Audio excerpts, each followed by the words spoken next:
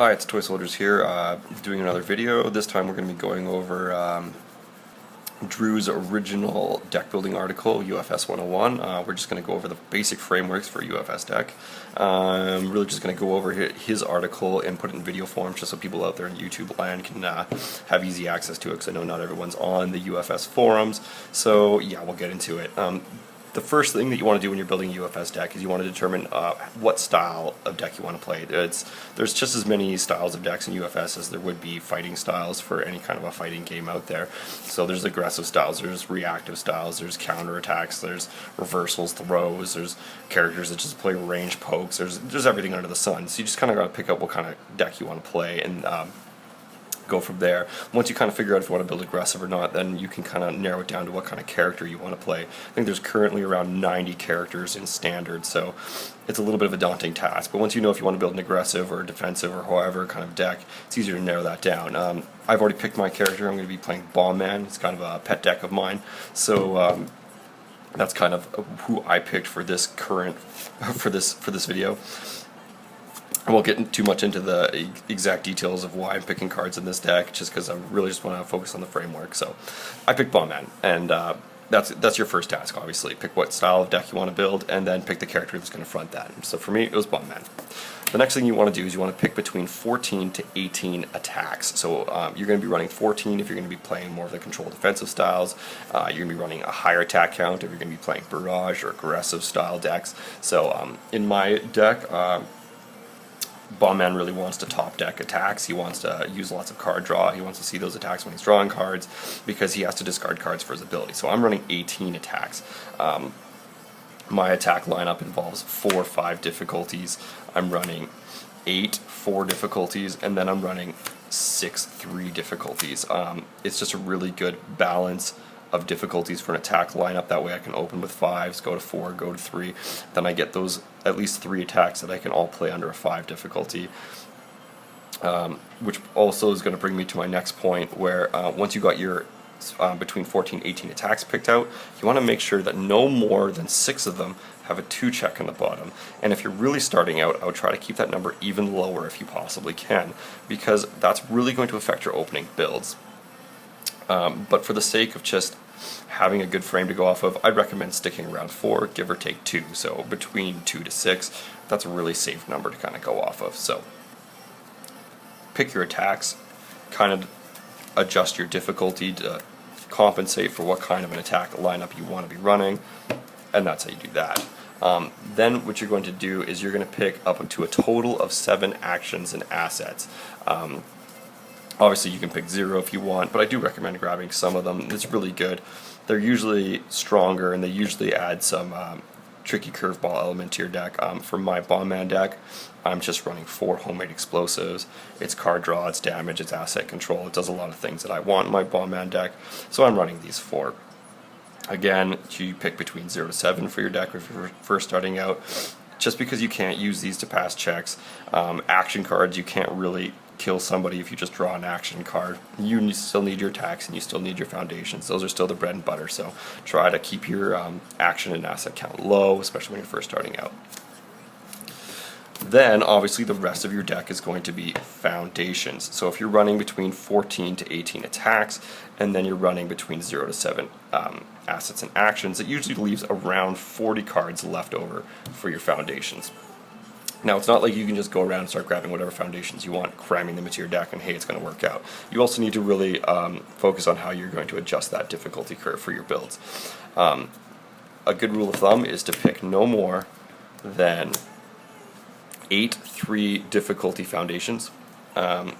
That's just going to make sure that you don't get a good cloggy opening hand, because losing out on your opening turn and failing your second check really sucks. It can cost you games, and that's just not really something you want to be doing, especially when you're first starting out. You don't want to be losing games just to poor deck building. So stick between 4 to 8. That's a really good number to start out with. I picked 4 of whatever a solid control card is for me. That's what I want that's in there for, and then I just pick 2 really useful 1-ofs, and then that's good for this deck.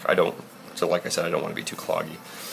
After you've picked your 3 difficulties, then you're going to pick your spammy foundations, and by spammy foundations I mean foundations with a 1 or 0 difficulty.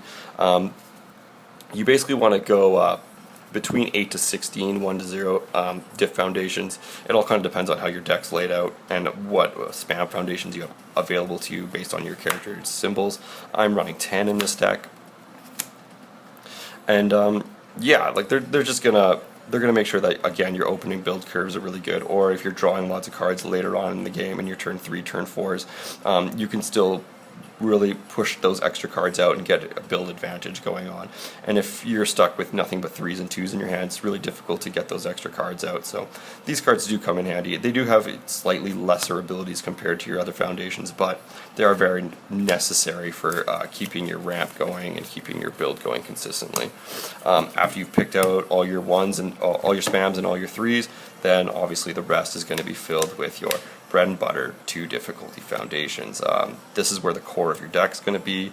It's going to house whatever defensive pieces you're going to be running. It's probably going to house most of your engine. For me, it's card draw in this deck specifically. Also, I threw in a few one-ofs just for a little bit of extra tech for late game.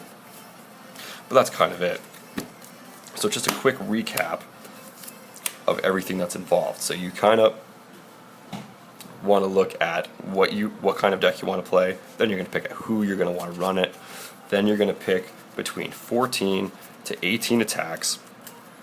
Once you have your attacks figured out, you're going to make sure that you have no more than 4 to 6 2-check attacks in that attack lineup. After you've done that, you're going to pick between 0 to 7, 0 to 8, somewhere in that kind of range, assets and action cards. You're going to throw those into your deck. Then after that, you're going to figure out what your 3 difficulty foundations are, and then after you figured out between 4 to 8 3 difficulty foundations, you're going to go through and find yourself between 8 and 16 0 or 1 difficulty foundations to kind of fill in your spam, and then you're going to fill in the rest of your foundation base with your 2-check or 2 difficulty foundations. Now, the last thing that I want to cover before we leave this video is, you notice in the top right corner of every single card is a block in your block zone.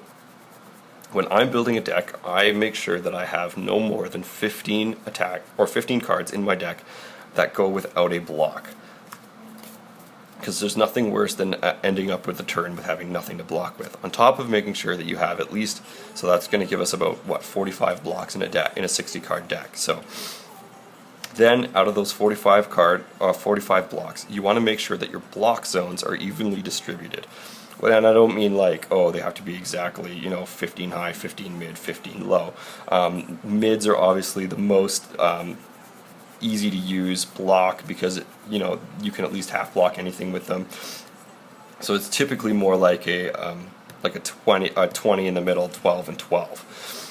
And that gives you really solid block coverage, especially when you're first starting out. Again, it just gives you a good option of what's going to end up in your hand on any given turn. So it gives you at least a little bit of options. Once you have all that kind of junk figured out, so you've got your attack lineup, you've got your blocks all balanced, you've got your foundations all figured out, so on, so on, so on. The only thing that's left to do is to play the deck and to research. Never think that once you've built a deck, it's finished, ta-da, I'm done, I'm just going to play this deck and then hope this is as good as it's going to get. No, never think that way. You're always going to be looking at what can change, what can grow. When I play this deck a few times, it might be like, hey, maybe I need to actually put more attacks in than recommended, and that might make my deck stronger. This is just a core, this is just a frame of the kind of thing you're going to expect in the average UFS deck. Obviously, the type of character that you're running will very drastically affect what cards you put in, how many of each cards you put on, so on, so on, so on. But that's it. That's your basic deck framework for UFS. I hope this was helpful to some people. Like I said, Drew from down in Atlanta is the original poster and writer of this article. I'm going to throw it down in the description so you guys can go check that out. Go read it. It's a few rotations old now, but still definitely very viable. And he does a really job just going over everything I just went over in this video. So go check it out. And until next time, this is Toy signing out.